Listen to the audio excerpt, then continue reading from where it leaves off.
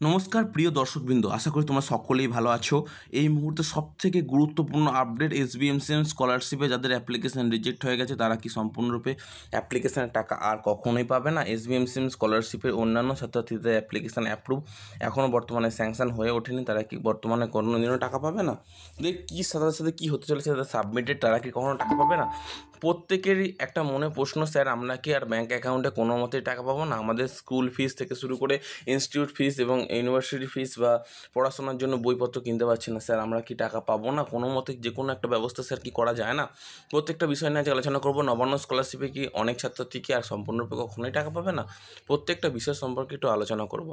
দেখো, প্রথমত এটা বলে রাখতে চাই, এটা এসবিএমসিএম স্কলারশিপ বা নবান্ন স্কলারশিপ দুটোই সরকারি স্কলারশিপ এবং একই জায়গা থেকে টাকা ডিস্ট্রিবিউট হয়।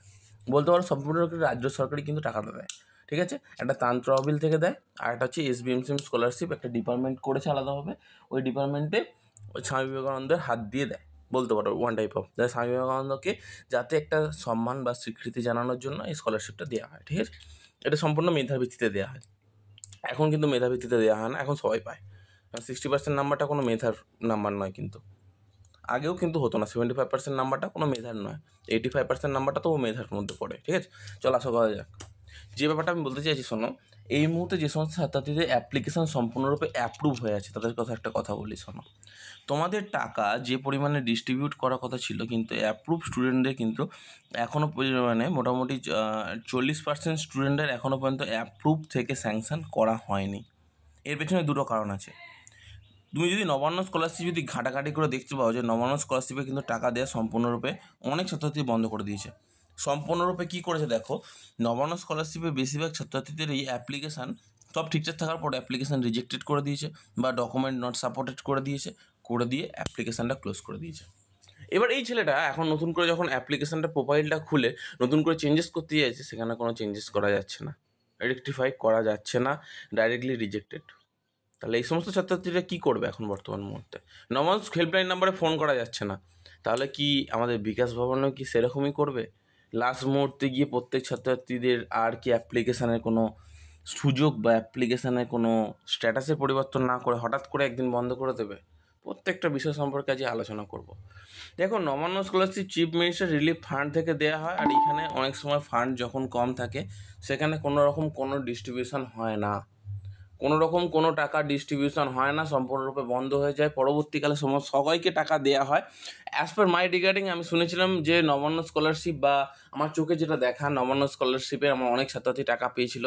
কিন্তু এই বছর যে কেসটা হচ্ছে, মনে হয় কোনো কারণে ফান্ডে হয়তো বেশি টাকা নেই, এই কারণেই হয়তো এরকম পদক্ষেপ গ্রহণ করার একটা চিন্তাভাবনা দেখা গেছে যে সবাইকে টাকা দেওয়া হবে না। কিছু কিছু ছাত্রছাত্রী যাদের অ্যাপ্লিকেশনে কিছু হলেও ভুল আছে, অ্যাপ্লিকেশান রিজেক্টেড, নতুন করে তাদের অ্যাপ্লিকেশান করতে দেওয়া হবে না, এরকম একটা টেন্ডেন্সি নেওয়া হয়েছে। আবার কিছু কিছু ছাত্রছাত্রীদের দেখা যাচ্ছে যে অ্যাপ্লিকেশানের প্রোফাইল খুলে দেওয়া হয়েছে পুরোপুরি, নতুন করে রেকটিফাইড ডকুমেন্ট আপলোড করতে বলেছে। নবান্ন স্কলারশিপের কথা বলছি, এসবিএমসি স্কলারশিপের কথা আসছি আমি। এরকম করেছে, তাহলে এক জায়গা থেকে তোমাদের মনে প্রশ্ন, স্যার আমাদের তাহলে বিকাশ ভবনের ব্যাপারটা বলুন। আমি তো এটাই তোমাদের বোঝাতে চাইছি যে দেখো, নবান্ন স্কলারশিপ এবং বিকাশ ভবনের স্কলারশিপের টাকাটা একই জায়গা থেকে ডিস্ট্রিবিউট হয়। মানে বলতে পারো যে সেই চিফ মিনিস্টার রিলিফ ফান্ড থেকে যেমন টাকাটা দিচ্ছে, সেই চিফ মিনিস্টার টাকাটাই হচ্ছে তোমার জেনারেট করছে এবং পরবর্তীকালে তোমাদের সেটা প্রোভাইড করছে। আশা করি তোমাদের বোঝাতে পারলাম, ঠিক আছে? তো এই জায়গা থেকে দাঁড় করিয়ে তোমরা কি সম্পূর্ণরূপে আর কেউ টাকা পাবে না? যাদের সাবমিটেড আছে তারা কি টাকা পাবে না? আমি বলছি দেখো, যারা সাবমিটেড আছে, যাদের ফরওয়ার্ড বা এইচও আছে, যাদের অ্যাপ্রুভ আছে, যাদের স্যাংশন আছে, প্রত্যেকেই টাকা পাবে। যাদের অ্যাপ্লিকেশন রিজেক্ট হয়েছে তাদেরও টাকা পাবে, কিন্তু প্রসেসগুলো আলাদা আলাদা। মন দিয়ে শুনে নাও, তোমরা যারা ভিডিওটা দেখতে চাও মন দিয়ে প্রথম থেকে শেষ অবধি ভিডিওটা দেখো, তাহলে তোমাদের ডাউট ক্লিয়ার হয়ে যাবে। প্রথম যাদের সাবমিটেড আছে তারা কী করবে?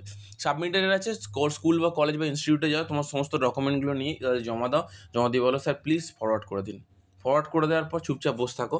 এবার ফরওয়ার্ড থেকে তারপর হচ্ছে অ্যাপ্রুভ হবে, ঠিক আছে? ফরওয়ার্ড বা এইচআই থেকে অ্যাপ্রুভ হবে, অ্যাপ্রুভ থেকে স্যাংশন হবে, ব্যাঙ্ক অ্যাকাউন্টে টাকা ঢুকে যাবে অ্যাজ সুন অ্যাজ পসিবল, খুব তাড়াতাড়ি সেটা হবে। এরপর যাতে অ্যাপ্রুভ হয়েছে তারা আপাতত সব কিছু জিনিসটা ঠিক আবার চেক করে নাও যে সব ঠিকঠাক আছে কিনা।